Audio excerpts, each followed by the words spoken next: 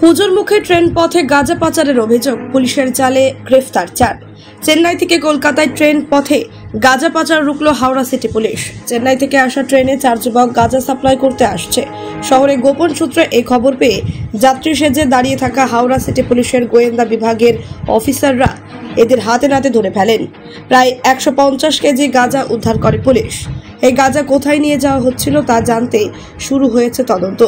সড়ক পথে বারবার পুলিশের জালে ধরা পড়ার পর এবার ট্রেন পথে গাঁজা পাচারের চেষ্টা হয়েছে বলে দাবি পুলিশের। পাচার চক্রের সাথে যুক্ত 4 জনকে পুলিশ গ্রেফতার করেছে।